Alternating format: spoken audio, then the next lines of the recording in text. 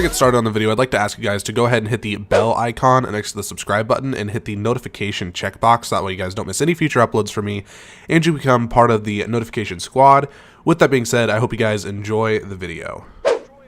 What's up, people of YouTube? This is Driftor bringing you guys another video to my channel, and today we are going to be talking about the end of the jetpack or booster Call of Duty titles. I'm going to talk a little bit about how I was able to kind of push through those titles, what my motivation was, why I felt the need to do it, why I liked them and or didn't like them, depending on the game. And that is basically the entire concept of this video, because a lot of people seem to have picked sides. A lot of people either, unless, you know, they were YouTubers who had a huge motivation to play whatever the current Call of Duty was, they were either picking to play the past Call of Duties, the boots on the ground, classic, traditional style COD games, or they were going and moving forward with the series and staying with it, or even preferring that over the boots on the ground theme, which was what basically made Call of Duty what it is today. Before I get into that topic, before I start discussing that, I would like to let you guys know that I will be live streaming for 24 hours straight on Call of Duty World War II, starting November 3rd at 3 p.m., going to November 4th at 3 p.m.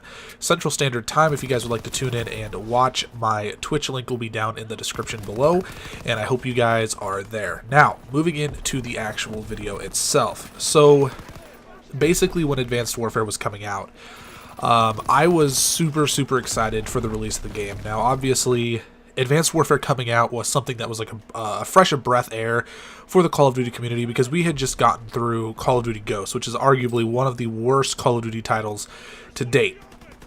I don't think that there was too many people complaining about Advanced Warfare heading into its release. I don't think that there were very many people who were all that upset about the concept of going to the future. With its release, I know that there was a lot of talk about how it could drastically affect the skill gap of the game, which it did do that in a lot of ways, but that was the only real complaint or thing that anybody said that could potentially stand out as negative in that aspect. What really changed things was when people got their hands on the game, they started to see that it just didn't play like past Call of Duty did. It was different. It was like a different time period, and I think in Advanced Warfare, that was when a lot of people kind of fell off of Call of Duty. A lot of people were like, nope, I can't handle this, or I don't want to have to handle this, I don't want to have to adapt. You know, Call of Duty kind of screwed over the community. They're, you know, leaving us in the dust. They're changing. We're the fans. We don't like that. I'm going to stop playing this game. I looked at it and was like, well, if I was to just stop playing Call of Duty right now, I'm going to be really bad by the time another Call of Duty title comes out that I genuinely enjoy. And at this time, I was starting up the YouTube channel that is this channel right now, actually. And so I was just thinking to myself, if I do this, it's going to hurt my YouTube channel, which I care a lot about, and it's going to hurt my enjoyment of a series that I really enjoy. So I chose to stick with the advanced movement and stick with the change, and for the most part, I'm really happy that I did, because after Advanced Warfare, which I did not like that game up until probably like the last 5 months that the game was out. 5 or 4 months the game was out, then I started to really like it. I was getting really good at the game. I was used to the movement, my accuracy was really good. I was just, all the way around, I was a much better player than I was when the game first came out, which was just a giant pile of frustration and anger pretty much every time I tried to play it. And I even went extended periods of time without touching it, you know, a month or more, just because the game was so frustrating. But after Advanced Warfare came out, there was Black Ops 3. And Black Ops 3, I think, was one of those games where it didn't hurt the community, it didn't hurt Call of Duty, but it didn't necessarily help it. I think that it did kind of bring back some of the old fans who were kind of like, okay, it's kind of meeting in the middle, because the advanced movement wasn't as crazy. And Treyarch had their most recent game was Black Ops 2, which was astounding. So it definitely got a lot of people's attention, and so people came back to the series because of Treyarch, because of the fact that it was tuned down, the movement. And because of that, I think that Black Ops 3 to this day still is a very, very good game. I like Black Ops 3 a lot. It is one of my favorite Call of Duties, even with the advanced movement.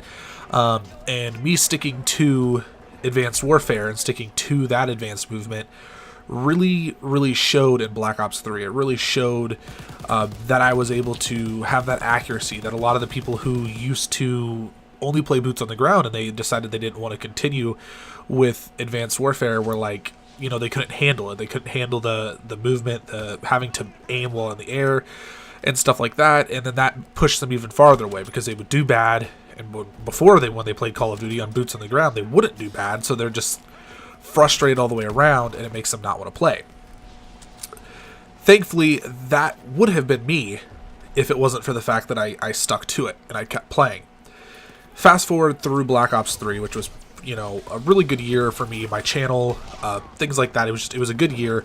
And then we have Infinite Warfare and Modern Warfare Remastered. This Call of Duty, in my opinion, Infinite Warfare, wasn't a mistake of wrong game, wrong time. This wasn't a mistake of the fans just being upset about nothing. This was a broken game. This was a very broken game. It was really geared towards just making money because it seemed as if Activision knew that it was going to sink, it wasn't going to go anywhere, that it was already a screw up. And granted, the game did get better throughout the life cycle of it, but first impressions mean everything, and that game left a very, very bad taste in the mouth of a lot of Call of Duty fans, including myself. I tried multiple times. You can go back into my channel, you can look at the videos. There were so many times where I tried to like the game, and I tried to sit there and play it. And it wasn't about the movement. The movement wasn't the problem. It was the fact that it felt like Call of Duty Ghosts. Like the gunfights didn't feel right to me. And something that both Treyarch and Sledgehammer, especially noticing this with the World War II beta, and Sledgehammer do really, really well is I like their gunfights. I like the way that the gunfights work. I like the gun balancing. I mean, World War II is not out yet, and Advanced Warfare had a lot of balancing issues. But if the guns were to stay the same exact way that they were in the beta, I wouldn't mind too much. But Treyarch always does a really good job with weapon balancing, and the guns felt good, and it really makes me sad because in Infinite Warfare, this is the first time this has ever happened, I had the strongest stats that I've ever had in any Call of Duty game to date, but I still could not sit there and play it. I still could not sit through Infinite Warfare because the game just didn't feel right. It didn't feel complete. It felt cheap. I didn't like the specialists or rigs or whatever you want to call them. It wasn't a satisfying game, and it sucks to say that, but it's true, and some people really, really liked it, and I did like their DLC formula, the way they were doing DLC weapons. I think that's a great thing, and like I said, they made a lot of steps forward in terms of improving the game from its day one release, but they also did some really sketchy things with, you know, putting 200 or 900 or however many pieces of supply drop content that was before there was ever leaderboards or gun game emblem editor or stuff like that. I don't know if gun game was in there yet, but there was just a lot of issues that had not been addressed yet that needed to be addressed, but yet they threw in all this DLC. Like, it just seemed like it was a giant ploy to make more money because Activision already knew that the game was sinking and that the fans weren't going to fall in love with it because of some updates. So all in all, I don't blame the past few years strictly on jetpacks. I think that Infinity Ward is not a very good developing team in terms of Call of Duties. I don't think that they have what it takes anymore.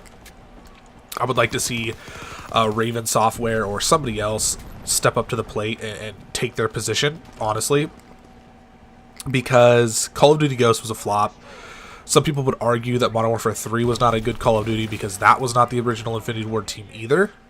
And I think we could all agree that Infinite Warfare had a horrible, horrible year and more issues than just advanced movement and wrong time, wrong place, etc. I think people were ready for a new Call of Duty, and they were ready for something that wasn't advanced movement, but that wasn't what really stopped Infinite Warfare from being a success. What stopped it was the fact that it wasn't a very good game to begin with. It wasn't a well put together title, and I don't know what they could have done 2 changed the way that it felt, the way that the gunfights worked. They didn't feel very fair. I had numerous gunfights where it was just like, I shouldn't have lost that.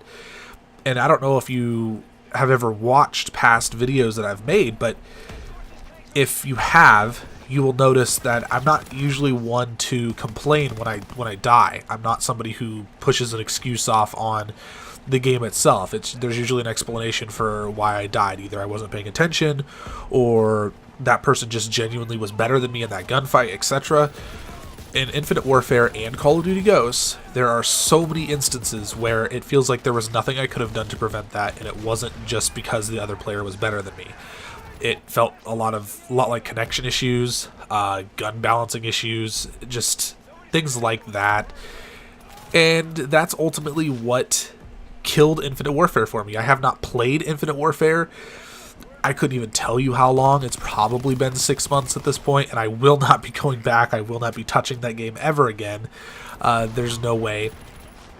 And with that being said, I didn't hate Advanced Movement Call of Duties. At the end of the day, I ended up really liking Advanced Warfare. I also really liked Black Ops 3, and I didn't hate the fact that the Advanced Movement was in Infinite Warfare. I just didn't like the game at its core. More or less, that's all I have for you guys today. I hope you enjoyed the video, and I hope this made sense to you. The reason why I was able to stick through all of that was because I knew that if I stopped playing, I wouldn't be a competent Call of Duty player, and that would affect other parts of what I enjoy about Call of Duty, YouTube, etc. And that's why I chose to stick with it. And more or less, that is it. I would like to know why you guys stuck with the Call of Duty franchise through those jetpack Call of Duties, or why you didn't. Just leave that down in the comment section below, and deuces.